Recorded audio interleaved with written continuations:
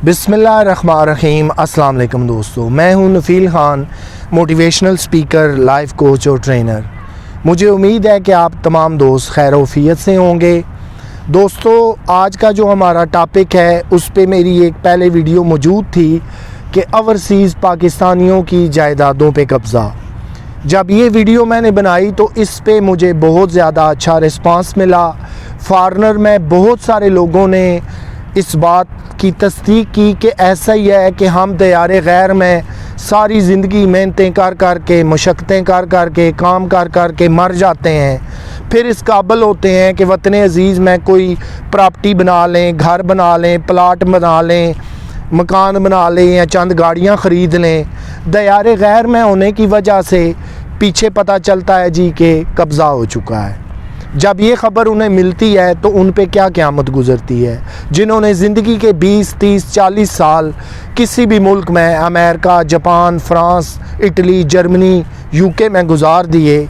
क्या वो इसलिए मेहनतें करने गए थे कि वतन अज़ीज़ में जो वो सरमाया वापस लाएं वो महफूज ना रहे, उस पे कब्ज़े कर लें लोग, चाहे रिश्तेदार हों, चाहे बहन भाई हों, चाहे अज़ीज़ अकरबा हों, या फिर कोई कब्ज़ा माफिया हो कि घर, प्लाट और मकान खाली देख कर उस पे फ़ौरन कब्ज़ा कर ले कि इसका मालिक तो अमेरिका में है। उसमें बहुत सारे जो फॉरेनर्स हैं उन्होंने मुझे ये सवाल पूछा कि इसका फिर हल भी बताएं कि क्या किया जाए। बेशुमार मसालें ऐसी हैं, ज़ाती हैसियत में मैं बेशुमार ऐसे केसेस को जानता हूँ कि जहाँ पर ओवरसीज़ पाकिस्तानियों ने वतन अज़ीज़ में सारी ज़िंदगी का सरमाया भेजा, कोई प्लाट, मकान, जायदाद, बंगला, गाड़ी बनाई, उस पे किसी भाई ने, बहन ने, रिश्तेदार ने या किसी कब्ज़ा माफिया ने कब्ज़ा कर लिया।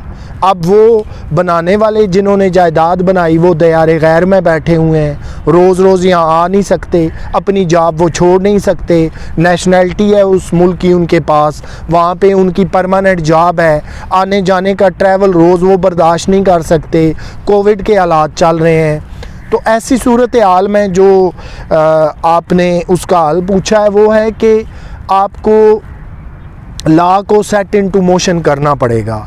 ऐसा नहीं हो सकता कि एक शख्स करोड़, 2 करोड़ रुपए का एक घर बनाए, वो खाली होने की वजह से या किसी रिश्तेदार भाई को देने की वजह से फिर परमानेंट उसी का हो जाए या वो कब्ज़ा कर ले, वो वापस ही ना करे।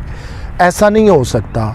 उसके लिए सबसे जो पहला तरीक़ाकार है, आपको FIR करवानी पड़ती है।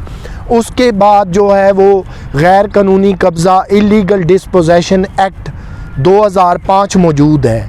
ये एक स्पेसिफ़िक कानून है जो आपको बता रहा हूँ, 2005 इलीगल डिस्पोजेशन एक्ट। इसके तहत आपकी यहाँ पर भी, ये पाकिस्तानियों पर भी अप्लाई होता है और फॉरेनर पर भी, कि कोई भी आपकी ज़मीन, जायदाद, मकान पर कब्ज़ा करता है तो आपको फिर इस लॉ को सेट इनटू मोशन लाना है। इलीगल डिस्पोजेशन एक्ट 2005 के जो है वो इसको लेकर आप सेशन कोर्ट में अपना इस्तिगासा करते हैं, जो मैजिस्ट्रेट कोर्ट से ऊपर वाली कोर्ट है, वहाँ पर इस्तिगासा आपका चलता है। आप अपनी शहादत और डॉक्यूमेंट्री एविडेंस जो है वो पेश करते हैं। अगर उसमें आप साबित करने में कामयाब हो जाते हैं, ना सिर्फ आपको अपना ज़मीन, जायदाद, मकान वापस मिलता है, बल्कि ये तमाम तर जो इलीगल डिस्पोजेशन एक्ट 2005 की कार्रवाई है, जो कानून का नाम बता रहा हूँ, ये सारी फौजदारी है।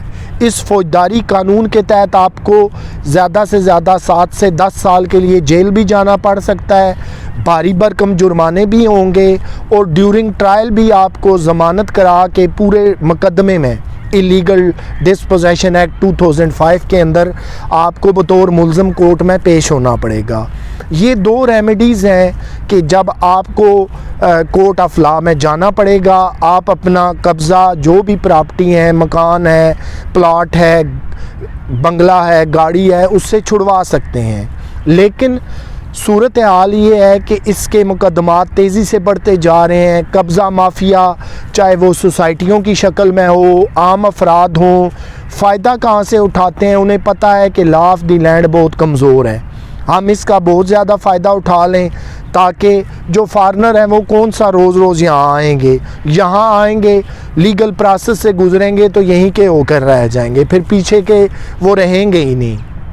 مشکلات کافی ہیں لیکن ان فارنرز کو گھبرانا نہیں چاہیے، انہیں ظاہر ہے لا کو سیٹ انٹو موشن کرنا ہے۔ اس کے بعد جو ہے وہ ہمارے ملکی سطح پہ اب جو ہے وہ اوورسیز پاکستانی پورٹل بن چکا ہے پرائم منسٹر کا، اس پہ بھی آپ اپنی شکایات لوڈ کر سکتے ہیں۔ یہاں جو پاکستان سٹیزن پورٹل ہے اس پہ بھی آپ اپنی کسی بھی جو ہے وہ ایگریوڈ پرسن جو ہے متاثرہ شخص وہ کسی دوسرے فریق کے خلاف شکایت جو ہے وہ تمام تر ثبوتوں کے ساتھ درج کر سکتا ہے۔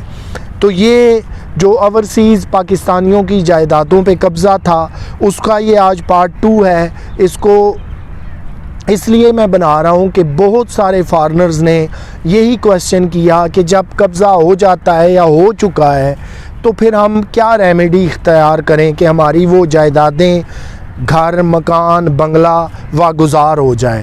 تو امید ہے کہ آج کی یہ ویڈیو آپ کے لیے بہت زیادہ بینیفیشل ہونے والی ہے، آپ اس پروسیس کو سمجھ گئے ہوں گے۔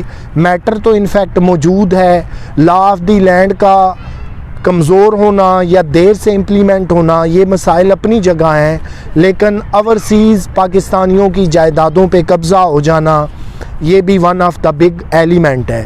اور جو لوگ ان تکلیفوں سے گزرے ہیں کبھی ذرا ان کے پاس بیٹھ کے ان کا حال احوال پوچھیے گا، آپ کو اپنے تمام تر دکھ، غم اور تکلیفیں بھول جائیں گی۔ اس اوورسیز پاکستانی کا دکھ اور غم کبھی نہیں بھولے گا جس کے گھر، مکان، بنگلے، پلاٹ پہ قبضہ ہوا، اس نے سارا کچھ وہاں سے چھوڑ چھاڑ کر یہاں آ کر اپنے پھر لاکھوں روپے خرچ کیے، ذہنی جسمانی تکالیف اٹھائیں، در در کے دھکے کھائے اور پھر اس کے بعد وہ اپنی پراپرٹی واپس لینے میں کامیاب ہوا۔ آخری بات کر کے آپ سے اجازت لے رہا ہوں کہ اگر یہی حالات رہے تو ہمارے جتنے پاکستانی بہن بھائی ہیں، چاہے وہ مشرق وسطیٰ میں ہوں، آسٹریلیا میں ہوں، افریقہ کے بیلٹ میں ہوں، یورپی یونین میں ہوں، کینیڈا میں ہوں، امریکہ میں ہوں، کیا وہ دوبارہ چاہیں گے کہ ہم اس ملک میں اپنی انویسٹمنٹ لائیں؟ کیا وہ دوبارہ سوچیں گے کہ ہم پھر کوئی اچھا گھر، بنگلہ، پلاٹ یہاں پر بنائیں؟ جب اتنا انہیں عدم تحفظ ہوگا، 25، 30، 40 سال کی محنت ضائع چلی جائے گی، دوبارہ وہ پریفر کریں گے کہ اس ملک میں پھر یہاں پر جو ہے وہ سرمایہ لائیں؟ تو ہر انسان کو یہ سوچنا چاہیے اور بحیثیت نیشن پاکستانی کے ہمیں سوچنا چاہیے کہ ہم کیا کر رہے ہیں۔ ان قبضہ مافیا کو سوچنا چاہیے کہ ہم کسی دوسرے کا نقصان اس لیے کر رہے ہیں کہ وہ یہاں ہمارے سر پر موجود نہیں ہے، لیکن ہم یہ کیوں سوچنے سے قاصر ہیں کہ جس نے اپنی ساری زندگی اپنے بہن بھائیوں، ماں باپ، بیوی بچوں سے دور گزار دی، دیار غیر میں محنتیں کر کے وہ بیمار پڑ گیا، لیکن جب اس کی عمر ریٹائرمنٹ کی آئی یا بینیفٹ لینے کی آئی تو پیچھے ملک میں اس کی جائیدادوں پہ قبضہ ہو جائے، اس سے بیڈ میں سمجھتا ہوں اور کچھ نہیں ہو سکتا۔ نفیل خان کو دیجیے اجازت، اپنا خیال رکھیے گا، آپ سے انشاءاللہ پھر ملاقات ہوگی نئے ٹاپک کے ساتھ، تب تک کے لیے اللہ حافظ۔